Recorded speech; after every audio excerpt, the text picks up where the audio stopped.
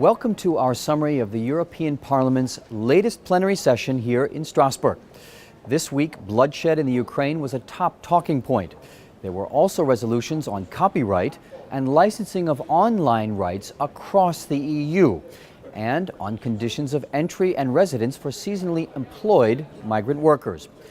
We begin our coverage, though, with Ukraine and strong words from the Parliament. Ukraine has been in turmoil now for months. The western half of the country wants closer ties with the EU. Its eastern Russian-speaking half want closer ties too, but with Russia and its customs union. Protests have gone on since November, when the Yanukovych government backed away from closer EU ties and agreed to a loan with Russia. A prominent opposition leader was allegedly beaten and tortured. The EU and Russia are naturally placed to mediate.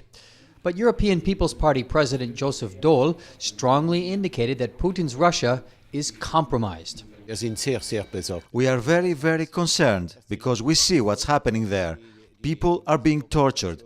How these organizations are, those fighting for freedom and for Europe, that they have to die for that. This cannot go on, and I say again, the white snows of Sochi are now red with the blood of Ukraine. Daul also said the EU is doing all it can to keep the pressure on the Yanukovych government, but a lot depends on Putin. Ukraine is dependent on Europe and also dependent on Russia.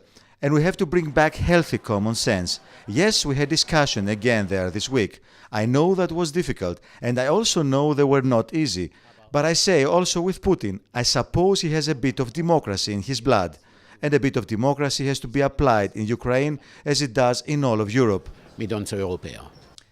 Meanwhile, Elmar Brok, chairman of Parliament's Foreign Affairs Committee and part of last week's official delegation to Ukraine, wasted no words in assigning blame for the unrest in Kiev and elsewhere. We want people to be able to demonstrate peacefully without having to live in fear of the state. We're in favor of beginning the constitutional process with an immediate implementation of the Constitution of 2004, under which Yanukovych was, after all, elected. And on this basis, the swift organization of new elections in respect of the electoral law, in order to reduce the possibilities for fraud. Then the chairman of the Foreign Affairs Committee played the sanctions card. If the Ukrainian government continues cracking down on the peaceful demonstrators, we must look at the possibility of taking measures against those government officials who are responsible for peaceful demonstrators being thrown in prison and tortured.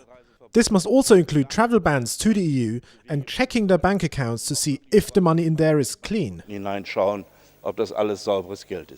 Opposition figures say they will do all in their power to re-establish Ukraine's close ties to the EU, but they and the EU may yet be forced to compromise on Vladimir Putin's terms if Ukraine's collapse is to be avoided. Winning better copyright terms in recorded music, a €6 billion a year industry, is good news for creative artists and companies alike.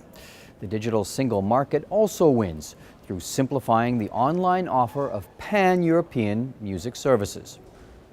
Much of the credit goes to EPP Group rapporteur Marielle Gallo, who fought hard in Parliament's Legal Affairs Committee to ensure artists are fairly paid for their work. Safeguarding cultural diversity is crucial, Gallo said, to the success of the digital single market.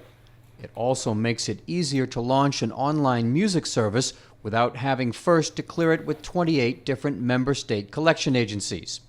Nonetheless, collection companies still have vast power by taking in copyright money and deciding how and when the artist receives it. Thanks to this text, European platforms and startups will need to take up contact with fewer collecting organisations which grant licenses, making the online use of global musical repertoire possible. This is a real innovation because, say, a Spaniard or a Greek living in Brussels will be able to gain faster and cheaper access to music from his or her country of origin as well. Gallo said that above all, greater ease of licensing benefits EU citizens who can then more easily access content. It's also business friendly. Cette directive est la preuve This directive proves that it's relatively easy to adapt copyright and similar rights in the digital world, and it's proof that copyright is not an obstacle, but rather something which can facilitate and foster the digital single market today. All of this ensures that the creators themselves take a more active role in deciding how and where their copyright material is used. Gallo said Europe needs more digital success stories, a European iTunes, for example. It's about greater recognition and protection of the contributions that EU recording artists make. And speaking of greater protection, a new parliamentary directive would grant secure legal status to the more than 100,000 seasonal workers, crop harvesters and tourism staff, for example, who come from non-EU countries to the EU each year to work. The directive proposes the first EU scheme on circular migration, that is, workers who live outside the EU and come every year for the same season. Duration of stay for a seasonal worker is set between a 5-month minimum and 9-month maximum. It's about equal treatment on working conditions, minimum wages, leave and holidays that EU nationals enjoy. It recognizes the large contribution migrant workers annually make to the EU economy, and it's also about fighting exploitation and discrimination disguised as legal restrictions. Véronique Mathieu-Oulion, French EPP Group Coordinator on the Justice and Home Affairs Committee, summed up the benefits. Next step. What do we do to maintain our ideal of justice? We guarantee our workers dignified treatment and the same work conditions as EU workers, because Europe is not a purveyor of misery. And then, what do we do to protect our EU citizens, and in particular, their jobs? We avoid unfair competition by implementing the same wages, the same working hours, and the same holidays for foreign and EU workers. At the same time, the proposal is meant to appease critics fearful of an increase in unemployment benefits tourism or those swapping seasonal work for an asylum application. Mathieu-Oulion said SMEs also stand to benefit from the proposed changes to seasonal workers' status.